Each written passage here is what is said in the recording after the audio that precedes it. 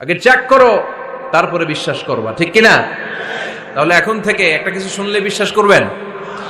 একজন এসে বলল, ভাইজান আপনার মেয়েরে দেখলাম আরেক ছেলের সাথে বাজারে ঘোরাফেরা করে, ওই রমনার বটমূলে দেখলাম আপনার মেয়ে আরেক ছেলেরে নিয়ে ফষ্টি নষ্টি করে, লোকের কথা বিশ্বাস করে বাসায় যে মেয়ের চুলের মধ্যে ধরে মাইর, আইজো মার কাইলো মাইর।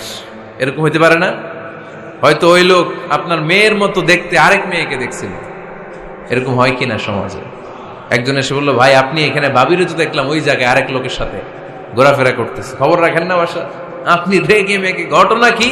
আমার খেয়ে আমার পরে আরেকজনের সাথে, যে এই বাড়িতে যে মায়ের, কোনো কথা নেই। দেখবেন যে ছোট্ট মারামারি থেকে এই ঘটনা অনেক সময় বিচ্ছেদ বা ডিভোর্স পর্যন্ত গড়ায়, ঠিক কিনা? ওই যে শোনা কথায় কান দিচ্ছেন, ফাতাবাইয়ুন, আপনি চেক করেন নাই। হয়তো আপনার স্ত্রীর মতো দেখতে বা আপনার স্ত্রী যে জামা পরে, যে পোশাক পরে, এরকম পোশাক পরে আরেক নারীকে দেখছে, আপনার বউ না এটা।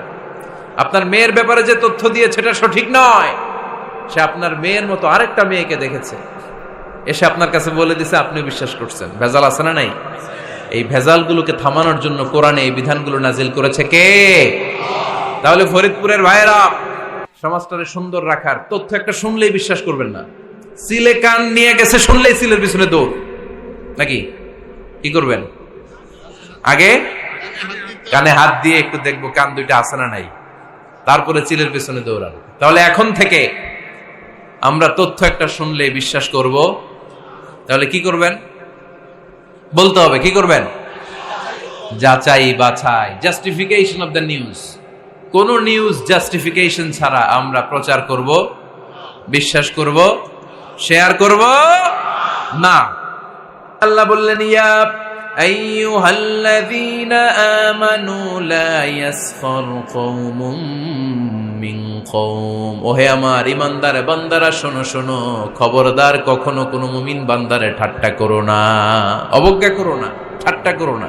তার মনে কষ্ট হয় এমন কোন কথা তারে বলো না। Never scoff of anybody. কাউকে নিয়ে ঠাট্টা করবেন না, তার দেহ নিয়ে, তার আকৃতি নিয়ে, তার বংশ নিয়ে। এক লোকের বাবা ছিল চোর, কিন্তু তার ছেলে অনেক ভালো। আপনি কি তারা বলতে পারবেন তুই চোরের ঘরের চোর? বলতে পারবেন? চুরি করছে বাবা, ওর কি দোষ? কথা বলেন। এগুলো কবিরা গুনাহ। আওয়াজ করে বলেন তো কি গুনাহ? কবিরা গুনাহ। কারো আকৃতি নিয়ে, আমার ফরিদপুরের কলিজার টুকরা যুবক ভাইরা, কারো আকৃতি নিয়ে কখনো অবজ্ঞা করবে না, তুচ্ছ জ্ঞান করবে না। এটা কবিরা গুনাহ, এটা আল্লাহ খুব অপছন্দ করেন। এর কারণ আকৃতিটা আমাদের হাতে নাই। আমাদের কারো নাক লম্বা, কারো খাটো, আমরা কেউ কালো, কেউ সাদা, আমরা কেউ স্মার্ট, কেউ অন্যরকম।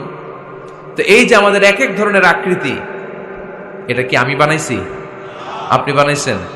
দিছে কে?